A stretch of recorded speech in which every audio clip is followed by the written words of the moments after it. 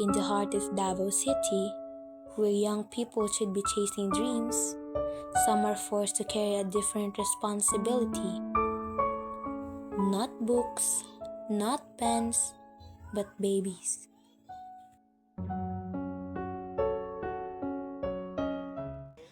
According to the Commission on Population Development, 1 in every 10 pregnant women in Davao City is a minor.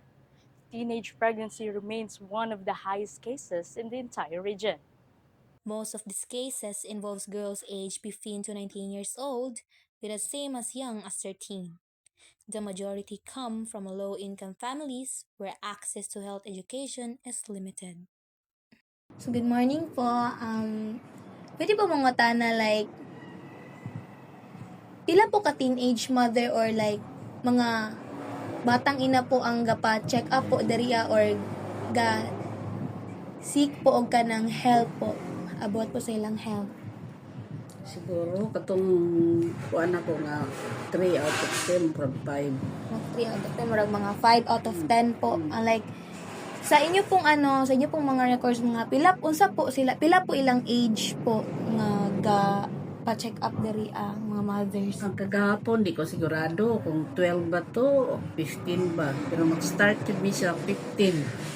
So 15 po ang age po na pa-check up diri Pero katong gahapon na siya 15 pero di na mo makuha niya 15 na 15 siya. siya. Mura Kaya siyang murag- mas bata pa po. Bata pa kayo. Like, ano po sa unsa po inyo ang masulti po about po sa mga bata pa po nga ina, like unsa po inyong thoughts po about po ana?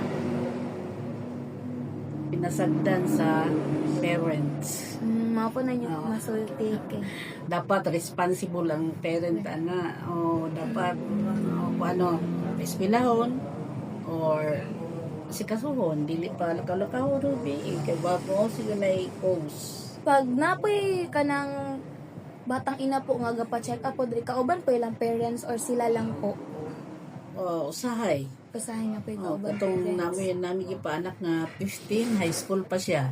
High school 15. Kaanak na, wa sila kay balo nga buntis siya. Pero abot imposible daw di kay balo ang tagtungod. Pero nanganak siya. Pangutana na mo na by vitamins wala, tanduay daw. So Kaluoy sa baby. beer mo gani ang pangalan sa may pangalan na to aning bata. Tanduay na lang. Pero ang result sige daw sila pa ospital karon. Kay Wala may vitamins. ang bata luoy po. So, sa karon po na generation, unsa po inyo ang masulti sa mga batan-on like us nga dili mosulod sa inana. Unsa man inyong masulti like inyong mahatag na advice? Nga dili mo sulod ana.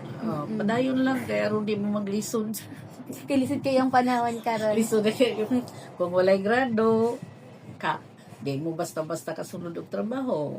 Ana, dayon jud eskwela para kuan ba kung may eskwela mo kanang ninyo pong makita professional pod. Pero wa mo di mo eskwela, di ara mo kutob ang inyong kuan kana ra pong dili professional maglisod jud no usay ka trabaho usay dili ug mao na usay ka kaon usay dili. Okay, mo jud kinabuhi.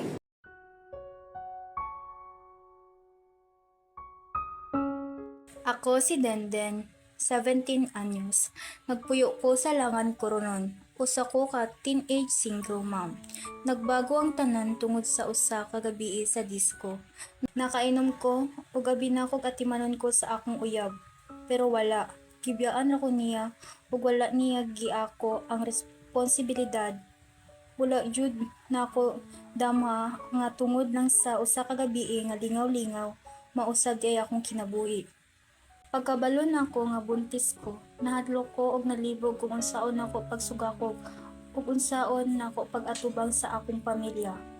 Kailangan nako mundang og eskwela kay magsasakara among papa ug dili mi ka-afford sa mga gastos sa eskwelahan. Adlaw-adlaw bugat ang paminaw.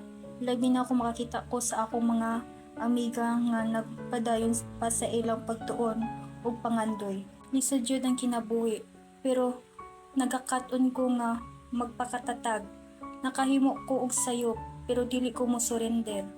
Ang akong anak mo ang akong inspirasyon nga magpadayon. Ug bisan sa tanan, nagluom ko nga someday makabalik ko sa eskwelahan. Ug bisan pa sa tanan, nagluom ko nga someday makabalik ko sa eskwela. Ug mapakita nga bisan pa usa ko ka teenage mom, dili pa tupo dinhi ang akong kinabuhi. Kinahanglan lang nako manikamot og makibisog para sa among mas maayong kaugmaon.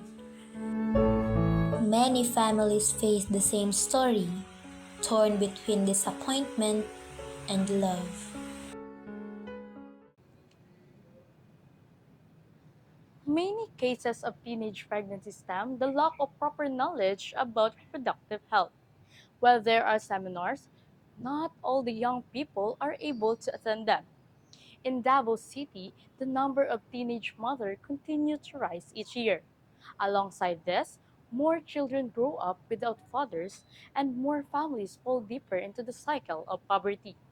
Some health centers provide free condoms and pills for those who want to avail them for safe sex and proper protection.